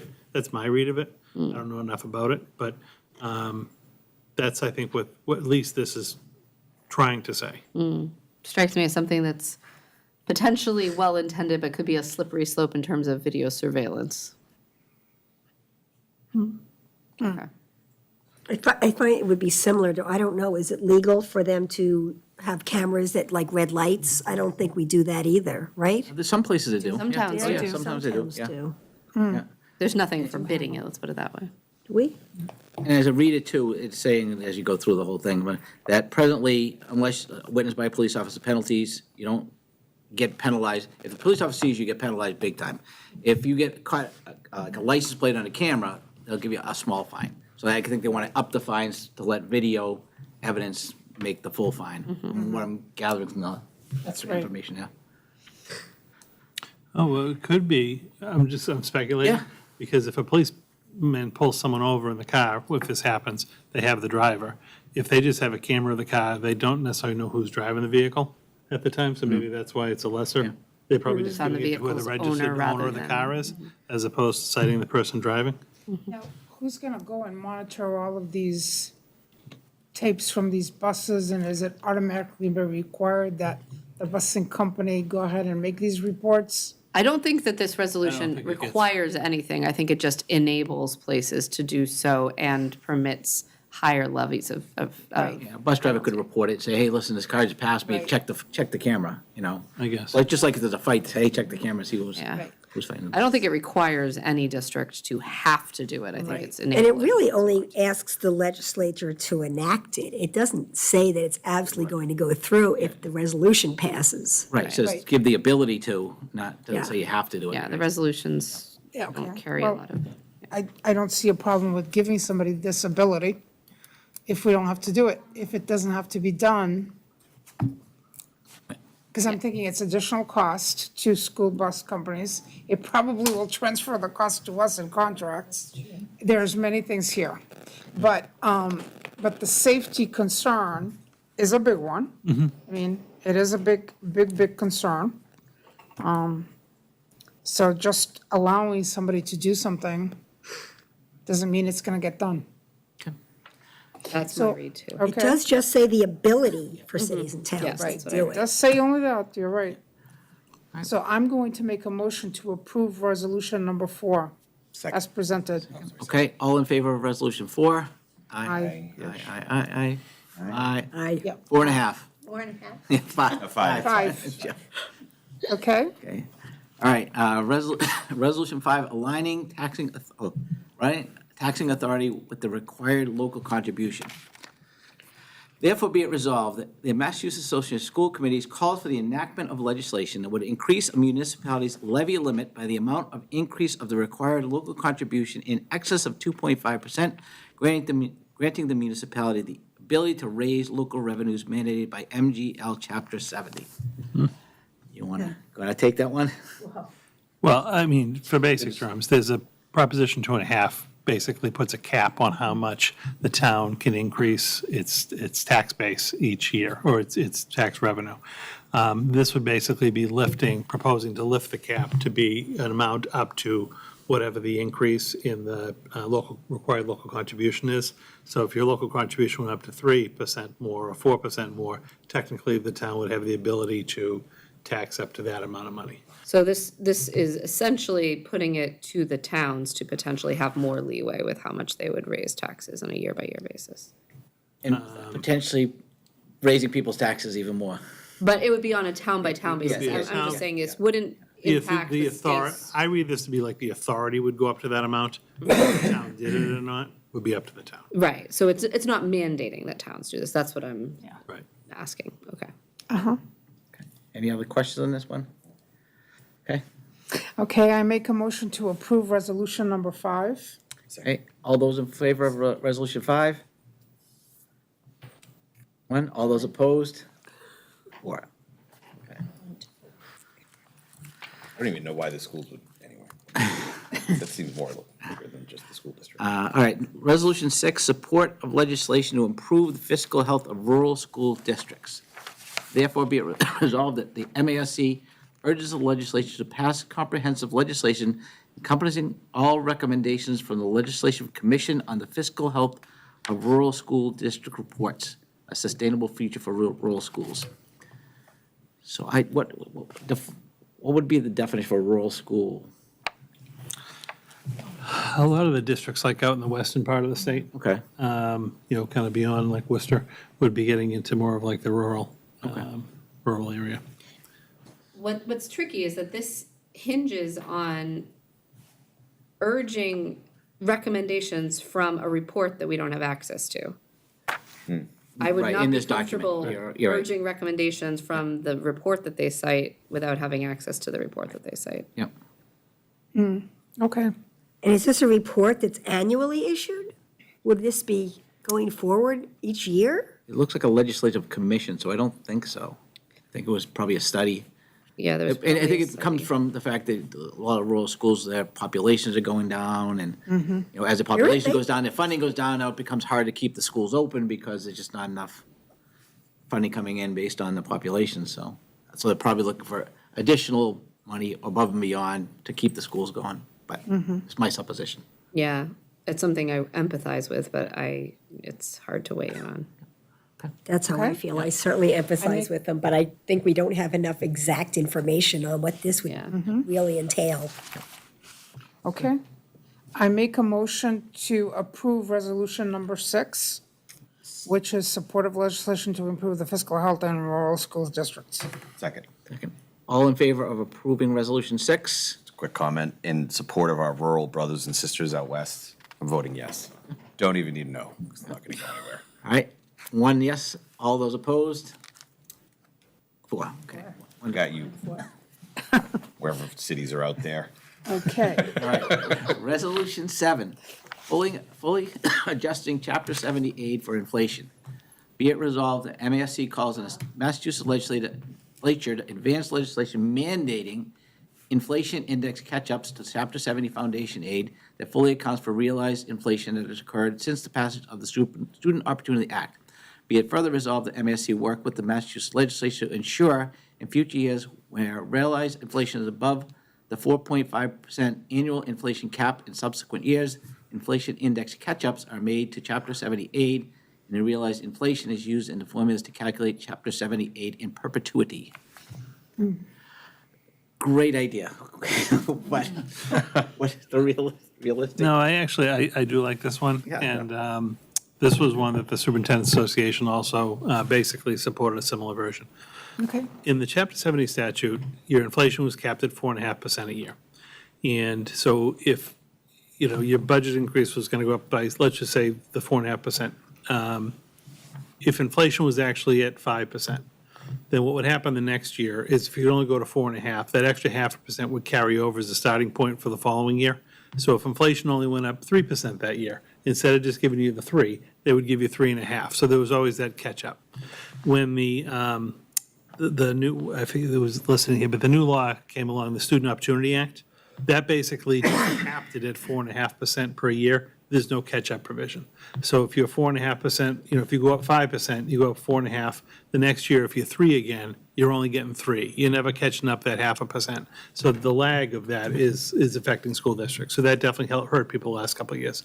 I personally liked how under the first ed reform in Chapter 70, you did have that catch-up. I thought it was reasonable. You can't go much more than the 4.5% a year. It throws the whole budget out of whack. I get that. But to be able to have that kind of make-up money to make whole, because you do have the lingering effects of the inflation in the outlier years, I do think makes sense. Okay. Any other questions on I like that? the idea of keeping the state involved in keeping that Chapter 70 Well, money keep it up up with there. inflation too, when Absolutely. inflation's up at 6%, you're only getting 4.5 and Right. you're behind the 8 ball, so. Right? Okay. Yep. So I make a motion to approve Resolution 7, fully adjusting Chapter 78 for inflation. Second. Okay. All those in favor of Resolution 7? Aye, 5-0.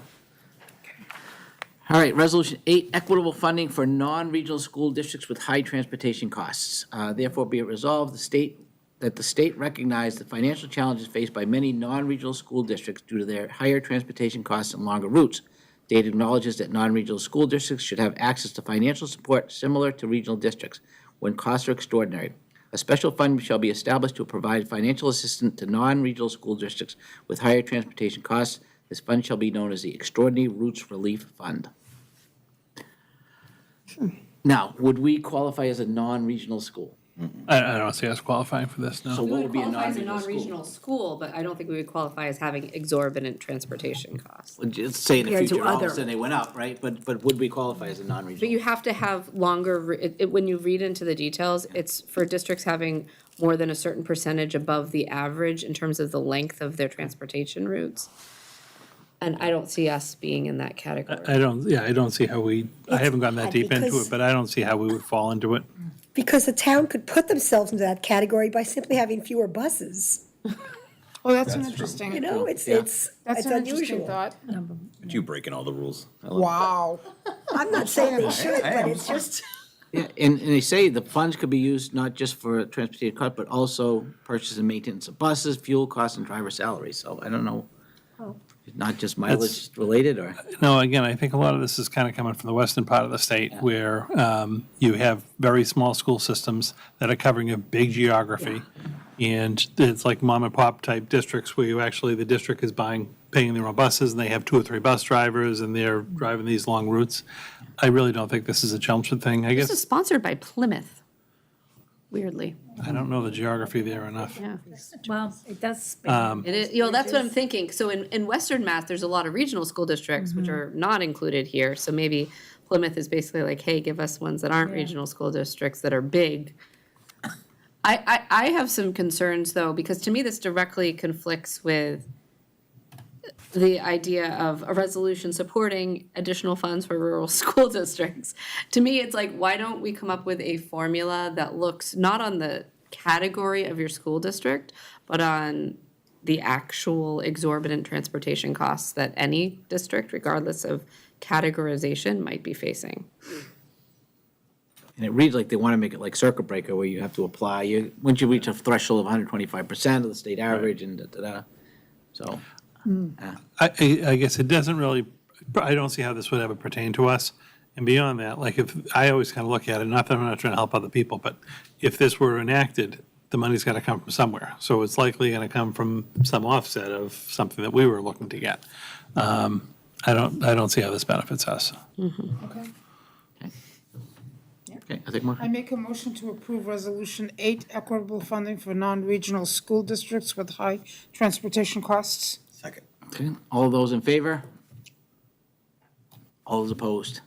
I'm gonna abstain, I don't know anything about it. Abstain, okay, 1, 3, and 1. I'm just making it spicy for the vote. Opposed and one abstaining. Yep, yep. You guys are keeping me busy this And week. we're trying, There are a lot of votes. we're trying to make it, sassy Fun. for Dan when she goes down to the, Yeah. All right, Resolution 9, MSBA grant evaluations for Chapter 74. Be it resolved that the Massachusetts Association of School Committees calls upon the Massachusetts Legislature and MSBA to create an evaluated tier system to separately assess the cost of 1 elementary, 2 comprehensive high school, and 3 vocational, technical, agricultural schools, resulting to true cost reimbursement for each school category. So I think they want tech schools to get higher That's what it sounds like. reimbursement rates than other Well, schools because of higher costs. the Chapter 74 programs oftentimes have a lot of like equipment that goes with them. It'd be more expensive to build a tech high school than it would be a regular high school. So I don't know enough about this to speak intelligently, but I'm guessing this is somehow going to benefit Chapter 70 tech schools. And ultimately, it would end up harming the number of regular public schools that you could build. I'm curious, they also do not include middle schools. Are middle schools categorized under elementary, or is that an oversight? They propose creating an elementary, I'd see that. comprehensive I high school, truly and don't know. vocational. It's Must be an interesting. MSBA thing. Must be a secondary. Yeah. No, because there is a middle school for MSBA too. I don't know. And my thing with It this too doesn't is say secondary, the it MSBA says- plot is very shallow, when it comes to, because the costs are so high, and we know because we applied for 6 Right. years to try to get in. Right. And we obviously haven't had a building project in 50 years, so, this would just make it harder for Chelmsford or something like that to maybe dip their toes in the pool, so, I agree. right? Okay? Yep. I make a motion to approve Resolution 9.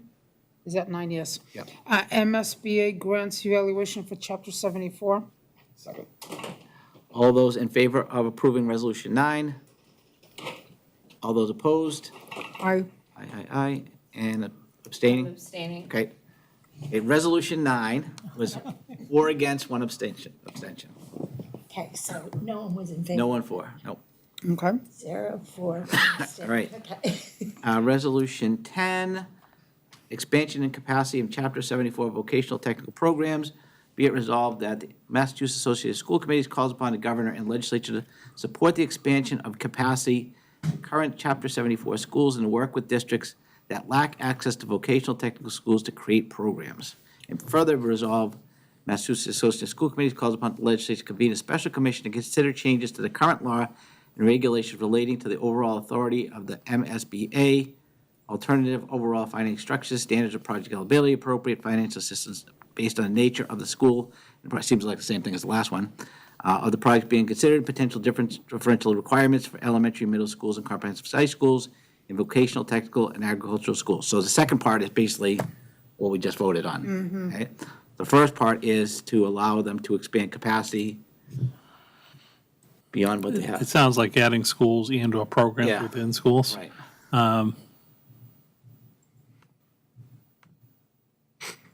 I mean, differentiating these projects, does it help in any way? Get a Well, project I mean, approved? like, let's say our partner for tech schools is Neshoba Tech. Right. So, and I know they enroll a number of students. If they're a capacity, would we want another tech school opening up in our area to also service our kids?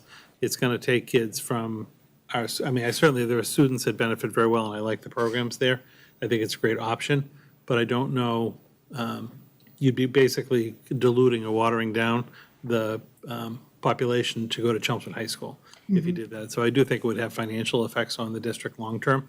And I'm sure this is somehow tied in with the piece about, because if you're going to do that and expand programs, you're going to need funding to be able to do that, so that funding is going to have to come from somewhere. I also think, I'm in favor of having more students have access to career-oriented opportunities, but I feel like this could be a slippery slope that would disincentivize districts from building out their own career-connected, interactive, supportive of technical learning opportunities in district and essentially bleed funding out of districts. Yeah, now, we don't have as much difficulty with this, but there are a lot of very contentious relationships between your vocational schools and districts. And vocational schools will sometimes block applications for public schools to add Chapter 70 programming at their facilities. So this would probably benefit them because they'd want to build additional programs for themselves to manage as opposed to having programs come to the Or the even local high innovation schools. pathways programs, which pull some Right, percentage of the same students that might be interested in a voc tech program. right.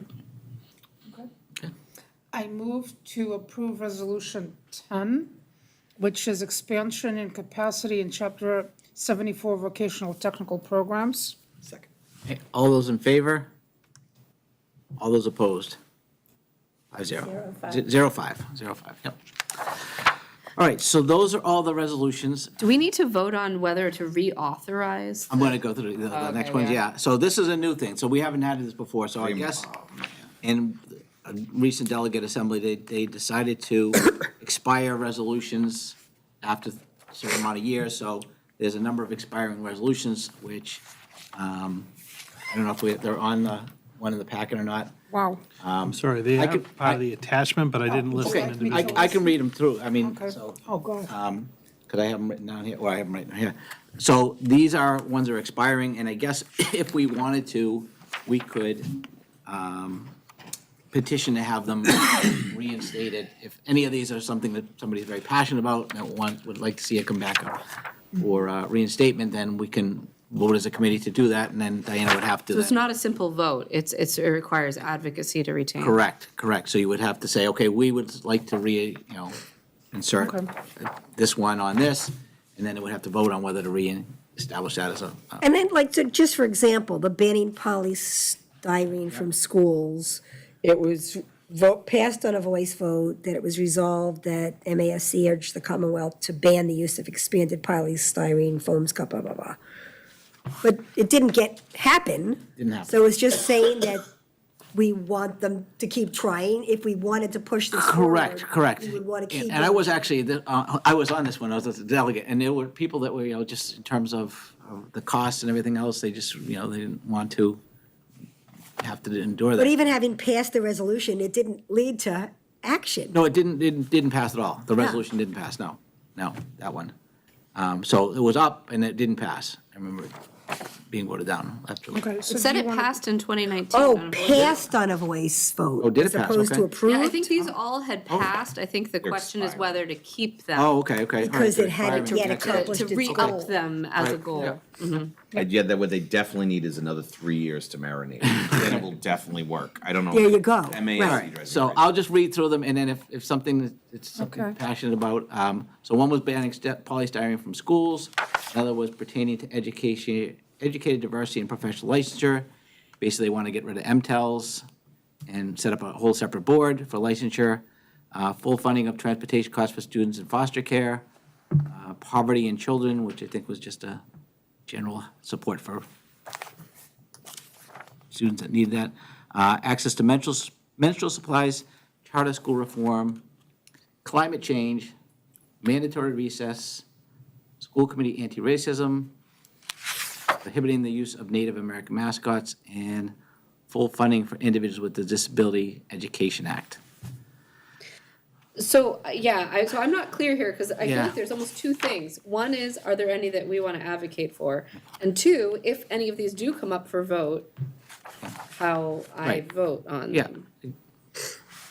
Okay, so do you want me to just make a motion for each one of them and see if we want them reconsidered or not? Sure. Okay, I make a motion to, a resolution banning polystyrene from schools to be offered for reconsideration and readoption at the delegate meeting. All in favor? Oh, is that, we Oh, have a is it a vote? second? right? Yeah, just, Oh, second, sorry. I didn't we know. could just do, we'll just go through the beach and we'll just do. If anybody wants one. I and I, right. Yeah. Anybody in favor of advocating for banning polystyrene? Advocating, no, To but if it's reauthorize voting, it. I would Not like through to this vote vehicle. yes. Over, yeah, Yeah, not through this vehicle. right. To reauthorize this one. No, okay, so, Okay, But if it's up for a vote, am I also voting no? Is that the point, or we're just not advocating? That's what I'm trying to it distinguish. says offered for reconsideration, readoption. yeah, so it's already been, voted, right, so, yeah. I think it would already have been voted in. I don't know what they're gonna do with it once it. I was up for the understanding that if a group advocates for it to be included again, it'll be put to the full group to vote yay or Again? nay on it continuing as part of the platform. But Well, I don't, it says unless reauthorized, how would it be reauthorized? Simply by voting to approve it? Well, it'd be a voice vote. You'll go up, somebody will, the whole deal. They'll go up and they'll advocate for, we want to have this on here, and then, Right, Really as you do. said, they've already all been approved, so I don't know, maybe it's MASC to, I think it's like, are we okay with this continuing? yeah, as part yeah, of I think MASC's it's probably the platform? best way. And in my point of view, that's a very different thing than, are we going to put all of our energies into advocating Right, for it? right. This is more of a just like, yes, I agree, or don't agree with this statement. So let's take that tack, okay? Okay. So, anybody in favor? I'm in favor of banning polystyrene if I don't have to be the one leading the charge. Okay, I'll go with that one. anybody else? Sure, why not ban? 2, I'm okay with that, yes. 3, okay? okay, I'll be okay with it. Not yet. Yeah, we're voting that we would. I'm confused. I think this is like authorizing me for Yeah, how I will right, vote. Right, so if it comes up again, we have a 4-1 vote to continue to reauthorize it. Right. 4, and 1 against. So, the motion is to, You don't, we'll just do it this way, because it's already been voted on. Okay. So it's just a reauthorization, Yeah, so so this is just directing me for Yeah. how to vote. if they come up again, If it if they comes up, decide that they're gonna okay. redo it. Okay. All right, how about pertaining to education, diversity, and professional licensure? Anybody? I am in favor of that. I might be the only one, but I am. Sure, yes. Providing alternatives to the MTEL. 2, yes, Anybody else want it? I am against. I'm unsure. I certainly want educator diversity. It's not, yeah, I'm gonna. But I s- don't know I'm how I gonna feel be about against, 'cause I think eliminating we the have to have MTEL. some licensing. yeah. I say no, This came up Distracting. before. So you say no? no, I'm a no. I kind of say no, too. Okay, so 1 say no. for, The requirements. or against? One, Okay? Yeah. Yeah. Full funding for transportation costs for students in foster care and state care. I would say yes. Yes. Yes, yes, Give us the money. 0. Poverty in children, I'm in support of it, but I also feel like this is an ineffective resolution. right, but can't, yeah, They're all wish lists. yeah, so I support it, I don't know, anybody else? Yep. 1, Yes. 2, Yeah, 3, yeah. 4, 5. Access to mental supplies, Yes. yes. Susan, Yes. okay, 5. yeah. Charter school reform, I vote yes. yes. Yes. Susan, okay. Okay. Climate change, Oh, good God. Yes, but also, I don't know if this does anything. I get it, yeah. Well, we're just going to solve it by putting this one through, right? We're trying to resolve climate change, so I'll say Why yes. not? It's actually reaching out to Congress, I It's think. so- Congress. Yeah. Yeah, I'll say yes. good luck. Yes. I'll add Yes. our school committee. Yes, okay, 5. Mandatory recess, We already have it. Yeah, isn't this already here? I thought it already was. It's not. We maybe other. I think Yeah, this I is don't like, think- do we re-up on having mandatory recess? Yes. Well, maybe, is there not legislation on it? maybe not. Or is it only town by town? I think it's town by town. There are actually town by- several towns that have minimal to no Well, recess. that's part of our It policies. says, It's part of our it says policies, recess, yes. in the thing, the recess in many Massachusetts elementary schools has been diminished or eliminated to provide more time for academics. So there are obviously Okay. towns in Massachusetts where it's not. I talked to teachers in several towns where they have almost no recess. So this is mandating at least a 20-minute recess. So, It's not, the only thing is, I really don't care what you guys do on this, but there's nothing, if it's that important to the local community, for having them institute it or put a policy together about it. Yeah. I don't know why the state, why Well, the state MASC has mandates to a do whole it. lot of other things. I mean, the state mandates how many minutes have to be spent on a whole variety of subjects. So it would simply be saying that the state would weigh in that recess carries a value equivalent to the value that they're ascribing to subjects that they mandate minutes for. I hear you. I guess there's just something stopping a community, if it values it or benefits it, to doing it on their own. Fair enough. who's in favor of mandatory recess? 1, 2, I mean, I'm in favor of it. I guess, Don't study. forget, these are just wish lists for yeah. people. This is know, basically saying we that's- support it is the just a idea. wish. I'm gonna say that I don't want to mandate it on the Okay. district. Okay, because- John? I'm a no. Okay, 3-2, 3-2. 3 yeses and correct. Yep. School committee anti-racism, No. are we for or against that? All in favor? Yes? Anybody opposed? 5-0. Prohibiting the use of Native American mascots. I'm a yes on that one. I'm a no on that one. Susan? I'm a yes on that one. A 4-1. 4 to 1. Yeah. Full funding for Individuals with Disability Act. This is basically just calling on the federal government to fund IDEA, which is never going to do anything, but I support it in theory. Yes, yes, yes. You seem to know a lot about this. I'm supporting you on it. Susan? I spent Yes. all Yes, afternoon okay. reviewing these All right. in detail. 4-1. I know, 5-0, sorry, 5-0, yeah. You seem like you know what you're talking about on this one. All right, so I don't know where that will go when you get down there, so. What was the vote on the last one? I'm trying. 5-0. 5-0. They're never going to get through all of these. No, I can't imagine, not right, gonna so 10 resolutions themselves will take 3 hours. Yeah. This one, I imagine, will just be, if there's a group that advocates for reauthorizing Yeah. it, then the group would vote. Vote again, So yeah. this is like a conditional thing, Yeah. where like I'd vote in the way that we voted. Yep. If it comes up. It's the people who get up and talk and make it all take a long, long time that is going to stop it from getting through all of these. Okay. I make a motion that we allow Diana to have some fun with this. What does that even mean? I second. I make a motion that we allow Diana to have some fun with this. I second. I don't know what it means, but Yeah, I'm what, such a I'm follower. kidding. You hear me? I'm like, I'm in. I'm like, whatever. just to clarify, so I assume what this means is that when these issues come up, I vote as our group as a majority. Correct. Voted. Yeah. So there's, I mostly agree with it, but I think there's one or two that my personal opinion is Right. different, but, okay. Yeah, so when you go, they'll give you a little piece of paper and you'll sit in the thing, and then when they come up for vote, you just yay or nay, and Okay. that's, Okay. yeah.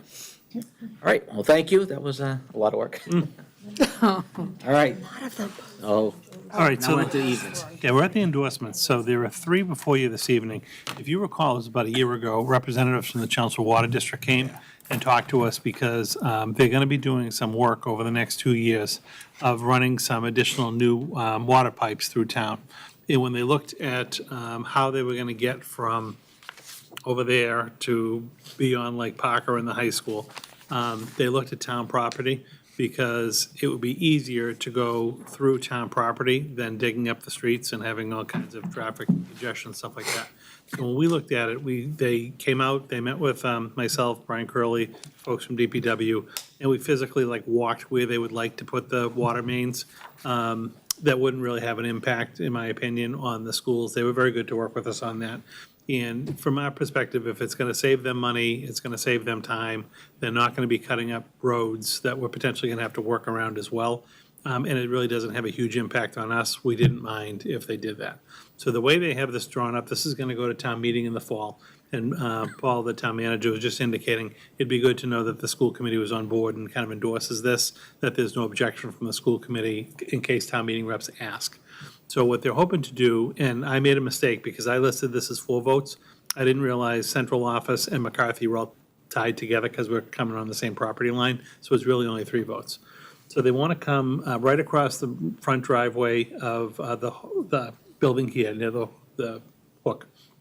Come in, come right out the back parking lot here, cut into the wood line, and then basically just go all along the wood line of McCarthy School out to the back corner and take a right and go all the way out to like where the shed is at the end of the track. The only thing we asked them to do is, because they could have taken a direct line that would have gone right across the field, we said, please don't do that, please go on the property line, because potentially that's a school site at some point in time, we can't take that out of play. So they were fine, they ended up just rerouting it a little bit longer, they go right along the property line. Then they need to pop out near the fence, go across the road, there's nothing you can do about that, to basically then on Graniteville, you have the road, you have the sidewalk, and then you have our soccer fields that go on forever. So they'll basically just cut into the dirt. And so they'll put their water line right along the sidewalk, all the way to the front driveway of the high school. They are gonna have to go underground, make one patch at the high school. Take a right, go down the hill near the high school where the climbing thing is. Keep going out to go across to Parker, and then go across the Parker Road to keep going to wherever their water thing ends. So they're basically just going along the school property line. They are gonna have to cut across a couple of driveways and things like that, but it's gonna be less impactful than having to cut up all streets and things like that. It's gonna help them time, it's gonna help them money. And as long as they do it and they don't interfere with us and they backfill and they put grass wherever they were and things like that, I really don't mind and would recommend. I think the committee felt the same way when they came in to make the presentation. So this is basically just going on record to say that we endorse or we're okay with them doing this. Just general, is this going to impact any field space or playgrounds or? Just temporarily while they're doing the dig, Okay. which I can't imagine would be more than like a couple of weeks at a time. But no, we actually have them going on the perimeter. So no, they're not going across fields or anything like that. And you know where the sidewalk is on Graniteville? They're only gonna be a couple feet in, and then once they put the water pipe under the ground, it's gonna be covered over, and they'll regrass it. Okay, I didn't know like the base, what comes up towards the baseball field's gonna, No, it's gonna hook right Okay. along the, Okay. you know, still is gonna stay in the out of bounds area. Okay. And then it's just gonna go across the driveway. Yep. And go down the driveway. So no, it's not gonna, we're not going across fields. Yep. It's basically just abutting the sidewalks. great. Now, from the last when they came, we asked when they would do it, and the discussion had been that it would be around summertime. Yeah, we're really trying to coordinate this so that if they do this, it would happen during the summer. Okay. When folks aren't in school. I'm a little less concerned about central office here, but just for the high school and Parker, they're gonna shoot for the summer. Okay. Any other questions on this? My main question was going to be the assessment of the district on whether there would be impact on students that would be concerning, so, no. All right, so we have three different motions for the three different Yes. sites. I move to approve the water main easement on the Parker Middle School property. Second. Okay, all those in favor? Aye. Aye. Okay. I move to approve the water main easement on the McCarthy Middle School property. Second. Wait, is that McCarthy and Central? Yeah, Oh, it's there's all. And it's the all administrative combined. Yeah, it's all building? combined, yeah, Okay. yeah, yeah. Still second. Second, okay, we have a motion second, all in favor? Aye. 5-0. And I move to approve the water main easement on the Chelmsford High School property. Second. All those in favor? Aye. Aye. 5-0. And that was the last bit of That's it, business. okay, wow. Okay, Time flies when you're having fun. All right, anybody have any liaison reports? not this time. I don't, No. Well, Yeah. we had the strategic planning meeting, but that was it, right? That looked like a good meeting. I watched that. It I'm was a such a good town meeting. nerd. I watched how this. did it go? I couldn't be. You're talking about the main one that's, No. I'm talking about, The which? town one. Town You're one. talking about the DM group one. Oh, I'm sorry, the GM. We did. We had a DM group meeting. but I know Susan was at the town one instead Yeah. of, I was there for a little bit, but I had to leave, so it was pretty good. It was, people, I mean, Good crowd, actually. It was a good crowd. it was a big crowd. Yeah. They were, I mean, most You of the were there, people too, had good things to say about what's going on in town, and the kind of suggestions they made are things that, not at all surprising. People were concerned about traffic, people were concerned about business development and housing development and housing affordability. Those were the main kinds of things. Preserving the quality of the town, but still allowing growth, that's the kinds of things people are concerned about. All right, any other liaisons? When are coming up? I have a couple. I ended up going to that Chelmsford Committee orientation. It was actually pretty good, okay? So they haven't done this before. We have a new law firm. I think that's why they did it. So they just started out with just kind of an overview of the town manager and the select board chair kind of went over what some of the projects are going on in town, some of the priorities of the select board.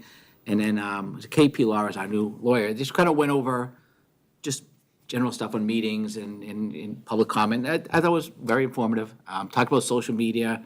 At that point, I stopped listening.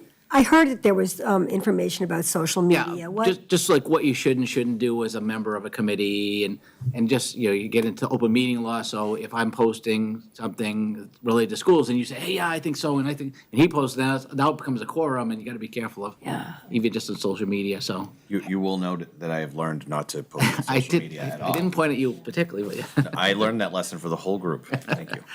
Yeah. I believe that meeting has been videotaped, is that right? And we're going to. I sent you a link to the presentation. Wonderful. So it was good, though. And it was, about 25, 30 people there from all sorts of committees, so. It's it was- wonderful. Yeah, it was nice.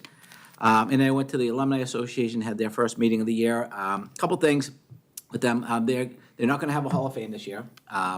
They're trying to kind of reimagine the Hall of Fame in terms of both application process, because it's very cumbersome application process, try to streamline it a little bit, and then kind of change the ceremony. In the past have been a very formal sit-down dinner at like the Lowell Hilton or whatever it was. And so trying to get away from that and make it a little bit more of a public recognition ceremony, maybe at the PAC, followed by something a little less formal at a local restaurant. Okay, so that, it's not quite as, Like a cocktail hour? yeah, type cocktail thing? type thing, appetizer, that type of thing. So they're in the process, so that's why they need kind of a year to kind of reimagine and come up with a good plan. So be interesting to see how that comes out. Their scholarship application should be available at the beginning of December, so they revamped their application process for that and went very, very well, made it a lot easier, and kind of related to that, they're gonna try to update and improve their website. The website, I think, was formulated in 1972, if I'm not mistaken. No, it's a little old, it needs some functionality, so they're gonna really try to work on that a little bit. So I think that'd be exciting for them to get that done too. So a lot of stuff going on in Alumni Association. Yeah. All right, anybody else liaison reports? But I want to make a comment about the Alumni Association. I think for a high school, that this, in our district, it's an amazing association, actually. And so glad to hear that some of these revamping things are happening, because I think it's more and more difficult to keep membership in associations with younger grads. So it will be wonderful to see it moving forward and continuing at the rate that it's been going in the past. So kudos to them. I agree. Yeah, it's a good group. All I'm right. not an alumna. Any new items, any people want in upcoming meetings in particular? Okay, all right, we're to our second public comment. I did get an email, somebody wanted to read it into the record, so Mr. Mark McGann sent us an email a little bit ago. He just wanted to express his opposition to the current use of GoFans for ticketing at high school events, and he believes that they should also be willing to collect cash at the gate. So he just wanted to read that into the public record, so. Can you forward that email to me so I can get some of the wording? Yeah, I'll forward this, what I have here, yep. Thank you. Okay, no problem. All right, anything else? Okay, I will take a motion to adjourn. I move to adjourn. Second. Okay, all those in favor? Aye. Aye. Thank you. 5-0.